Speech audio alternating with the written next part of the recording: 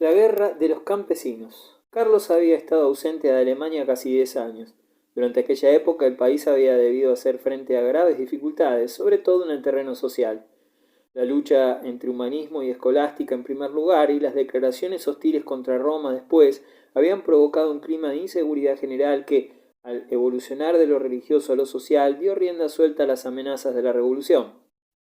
La vieja sociedad alemana se desmoronaba, la nobleza se hallaba en franca decadencia y los caballeros bandidos hacían estragos por doquier, continuamente en guerra contra los príncipes alemanes y contra los burgueses.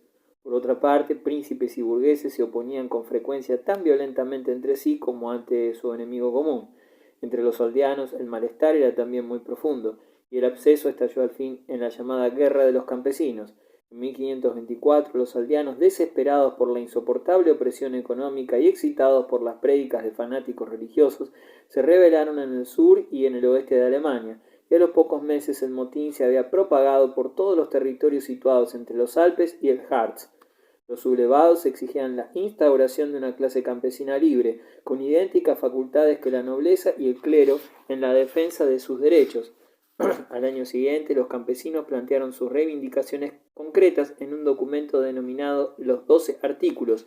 Exigían, entre otros derechos, el de escoger por sí mismos sus sacerdotes y predicadores, cuya obligación sería enseñar con toda claridad el Evangelio, y además la abolición de la servidumbre y la reducción de los arriendos. La rebelión campesina devastaba el país como una tromba. Eran asaltados los castillos y monasterios y se saqueaban las iglesias y los palacios, provocando escenas horribles. Con frecuencia los campesinos eran dirigidos por caballeros y gentiles hombres que se unían a ellos movidos por muy diversas razones. Algunos eran nobles venidos a menos, atraídos por la aventura y las posibilidades de botín, mientras que otros obedecían a móviles más elevados. Este fue el caso de Florian Geyer, gentilhombre rico y experimentado, antiguo titular de altos cargos y que de súbito se había apartado de su clase social para unirse a los campesinos, sembrando desde entonces el terror al frente de su banda negra. Según parece, Geyer se decidió a aquella brusca mudanza por estar sinceramente convencido de que el movimiento revolucionario tenía el derecho de su parte, por juzgar que la nobleza no podía ni quería mejorar la pésima situación reinante. Por ello, escogió aquella manera de aportar su contribución personal a una reforma social. Otro gentilhombre que se adhirió a la rebelión fue Goethe de Berlichingen, clásico tipo de aventurero que nunca dejó de participar en las guerras entre príncipes y ciudades, en las que perdió la mano derecha, sustituyéndola luego por otra de hierro tan hábilmente fabricada que aún podía manejar su espada. Goethe lo rememoró en un drama célebre, personificándolo como un defensor de las libertades y un perfecto idealista, pero el personaje histórico ofrece muy pocos rasgos comunes con el héroe literario. El agitador Thomas Müntzer. El fanático religioso Thomas Müntzer desempeñó un papel bastante más importante que Florian Geyer y Goethe de Berlingen. Se hallaba obsesionado por una superstición muy frecuente en la Edad Media, el inminente advenimiento del reino de los 1000 años de Cristo como emperador universal. Müntzer se creía llamado por Dios para echar los cimientos de aquel reino milenario y se proponía congregar a los elegidos para la lucha final contra los sin Dios, y como los príncipes se negaron a escucharlo, se convirtió en un agitador político, intentando explotar el movimiento campesino para conseguir sus fines. Predicaba el restablecimiento de un orden social basado en la comunidad de bienes, y el ardor que ponía en proclamar su doctrina producía extraordinaria sugestión en sus fieles. Durante cierto tiempo fue, de hecho, el dictador de la ciudad de Mulhausen, en Turingia, que bajo su dirección se convirtió en un centro vital de todo el movimiento revolucionario. La reacción nos hizo esperar. Los rebeldes, cuyas reivindicaciones se basaban en la Biblia, habían depositado todas sus esperanzas en Lutero, puesto que su doctrina de la libertad del cristiano constituía uno de los puntos esenciales de su predicación. Al principio, el reformador había manifestado mucha comprensión por la causa de los campesinos, incluso aprobó los 12 artículos, exhortando a los príncipes a mostrarse conciliadores con ellos. Pero cuando los rebeldes empezaron a derramar sangre y sobre todo cuando Thomas Müntzer se convirtió en uno de los principales promotores de la rebelión, Lutero reaccionó con la pasión y violencia que lo caracterizaban. En un escrito titulado «Contra los campesinos, saqueadores y asesinos», excitó a los príncipes para que actuaran con toda energía contra los rebeldes y que los mataran como a perros rabiosos porque pisoteaban la ley de Dios. Los príncipes se hallaban sobradamente dispuestos a cumplir su deseo. Arrollaron a las tropas campesinas el 1 de mayo de 1525 cerca de Frankenhausen, en Turingia, y luego tomaron represalias con una crueldad que nada tenían que envidiar a la de los campesinos habían mostrado anteriormente. Ante tantas atrocidades, Lutero rogó a los príncipes que se mostraran clementes y olvidaran lo pasado, pero era predicar en el desierto, porque los vencedores estaban ebrios de venganza. Thomas Müntzer y Florian Geyer fueron ejecutados y existen datos que afirman que unos 100.000 campesinos pagaron la rebelión con su vida. En todo caso, los supervivientes quedaron en situación más desgraciada aún que antes de la rebelión. El hecho de apoyar últimamente a los señores no favoreció mucho a Lutero.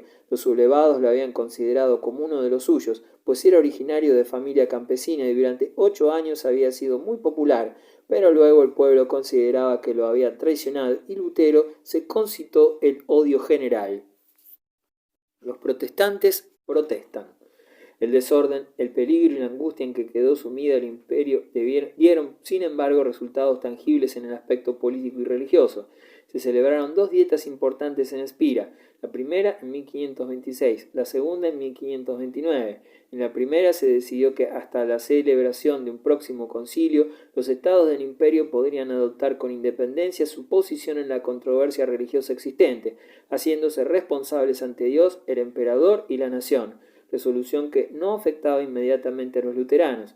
La segunda dieta de Espira constituyó un rudo golpe para el evangelismo, pues quedó abolida la resolución de 1526 y se prohibió la divulgación de la nueva doctrina. Los príncipes luteranos y los representantes de las ciudades luteranas protestaron solemnemente contra la nueva resolución. Fue precisamente esta protesta la que motivó a que los adeptos del evangelio se les llamaran protestantes, con carácter definitivo. Tal era la situación en junio de 1530, cuando el emperador Carlos efectuó su entrada solemne en Habsburgo para presidir la dieta convocada en aquella ciudad. Se hallaban decididos a mostrarse lo más conciliador posible hacia los luteranos y avanzar un paso ofreciéndoles una oportunidad. Católico convencido, se había impuesto la tarea de restablecer la unidad de la Iglesia, tratando de conseguirlo mediante un compromiso. No entra en mis intenciones comportarme como un déspota, había dicho a uno de sus consejeros. Aun suponiendo que su proyecto no fuera viable, confiaba en poder aportar sosiego y tranquilidad a los estados luteranos, a fin de que los puntos de fricción pudieran ser eliminados con la celebración de un concilio. Esta conducta de Carlos infundió respeto a toda la dieta. Lutero lo elogió en diversas ocasiones por su benevolencia y espíritu de conciliación. Un día dijo, en son de chanza: «El emperador es un hombre piadoso y apacible, habla él menos en un año que yo en un solo día». Lutero no podía participar personalmente en las tareas de la dieta, por seguir desterrado del imperio, y Melanchthon lo sustituía al frente de los representantes protestantes. Cumplió su misión con la tolerancia de un Erasmo, tratando de resolver lo mejor posible las cuestiones litigiosas, y expresó claramente sus opiniones en la célebre Confesión de Habsburgo, insistiendo en determinadas ideas fundamentales que podían ser aceptadas sin dificultad por todos los participantes. El 25 de junio los Estados Reunidos dieron audiencia a aquella profesión de fe. Lutero había aceptado la confesión, exhortando al propio tiempo a sus fieles a no ceder demasiado terreno y a conducirse como hombres. Los teólogos católicos se esforzaron en refutar las declaraciones protestantes, aunque Carlos V no les permitía excesiva libertad e intervenía de continuo para atenuar sus diatribas. Por desgracia, pese a los esfuerzos del emperador para calmar la intransigencia de sus teólogos, les fue imposible llegar a un acuerdo. Las negociaciones entraron en un punto muerto y el emperador hubo de renunciar a sus tentativas de hacer reinar la unidad de los cristianos. En su discurso de clausura de la dieta anunció que daba de plazo a los protestantes hasta el 15 de abril de 1531 para reintegrarse al seno de la Iglesia. Pero en diciembre de 1530 los estados protestantes se reunieron en la llamada Liga de Esmalcalda, que, con apoyo de Francia, se proponía defender por la fuerza de las armas la doctrina luterana contra el emperador. Las andanzas de Felipe de Hesse. El elemento clave de la nueva alianza protestante era el landgrave Felipe de Hesse, cuya energía, entusiasmo y clarividencia determinarían en gran parte la historia política de la Reforma durante los años sucesivos. Su objetivo era abatir el poder del emperador y del papa en Alemania y consolidar los resultados ya logrados por la Reforma, a fin de imposibilitar cualquier tipo de restauración católica. A tal efecto, Felipe intentó fusionar los movimientos evangélicos luterano y zwingliano en uno solo, realizando de este modo el frente único de las fuerzas evangélicas. La disputa de Marburgo había decepcionado cruelmente a Felipe, demostrándole que en lo sucesivo se precisarían otros métodos para consolidar el triunfo de la causa protestante. Clausurada la Dieta de Augsburgo e iniciada la actuación de la Liga de Esmalcalda, decidió movilizar sus tropas lo más rápidamente posible para solucionar por las armas el conflicto con el emperador. Lutero se manifestó contrario al proyecto, pero acabó cediendo. Si hay que llegar a la guerra, que así sea. Bastante tiempo hemos laborado y rezado, exclamó, y añadió suspirando. Desde luego, soy demasiado tonto para entender nada en asuntos de política. Con todo, la guerra no estallaría aún, porque los turcos se preparaban a lanzar una nueva ofensiva contra los países danubianos, y frente al terrible peligro común el emperador y sus adversarios protestantes juzgaron preferible olvidar sus disputas por el momento. En la Dieta de Nuremberg en 1532 los estados alemanes votaron un importante subsidio para la guerra defensiva del emperador contra los turcos, y Carlos V por su parte aceptó dejar tranquilos a los protestantes hasta que hubiera posibilidad de convocar un concilio. Al cabo de poco tiempo de este acuerdo transitorio se dirigía el landgrave Felipe de Hesse a Bar-le-Duc para entrevistarse con Francisco I de Francia, a cambio de algunos territorios y ciudades en el oeste de Alemania, entre otras la importante plaza fuerte de Belfort. Felipe percibió los subsidios necesarios para equipar un ejército con el cual intentaría apoderarse de Württemberg, que había caído en poder de Carlos V. Poco después de 1536, este se informaba de que Francisco I se aprestaba a hacerle la guerra. Luchas internas y externas. Tercera guerra entre Carlos V y Francisco I. Al emperador no le interesaba una nueva guerra con Francia, sino que, al contrario, deseaba concertar un acuerdo duradero con Francisco I. Desde que en 1532 firmó la paz religiosa de Nuremberg, el emperador pudo cosechar importantes éxitos. Así, con su expedición a Túnez, había infligido una grave derrota al déspota de aquella ciudad, el pirata turco Barbarroja, terror del Mediterráneo. Carlos V, ante las intenciones belicosas de Francisco, reaccionó de manera característica. Partió hacia Roma para persuadir al Papa de que la Santa Sede y el Imperio debían luchar juntos y salvar la cristiandad de la desunión y del cisma. En Roma, Clemente VII, fallecido en el año 1534, había sucedido Pablo III, quien recibió al emperador con gran pompa en su llegada, coincidente con las fiestas de Pascua. En realidad, Carlos V no tuvo motivos de alegrarse demasiado con las prolongadas conversaciones que sucedieron a aquella espectacular entrada en materia. Diplomático de primer orden, el Papa desconfiaba en especial de toda promesa embarazosa. Carlos abandonó Roma convencido de que en lo sucesivo, e igual que antes, habría de luchar en 4 frentes: contra Francisco, contra los protestantes, contra el Papa y contra los turcos. Carlos V era un genio solitario, del que se dice un historiador alemán que sublevó contra él a todos sus contemporáneos por pretender resucitar el anticuado principio imperial. La guerra contra Francia duró 2 años, tiempo que bastó para convencer a ambos antagonistas de que ninguno reportaba utilidad de proseguir las hostilidades.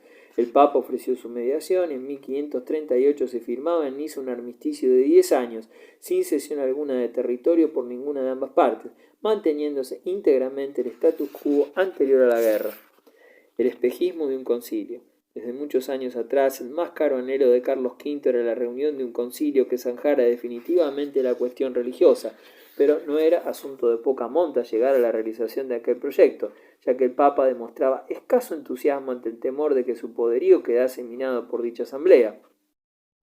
Y por otra parte, los protestantes de Alemania se negaban categóricamente a participar en un concilio presidido por Pablo III.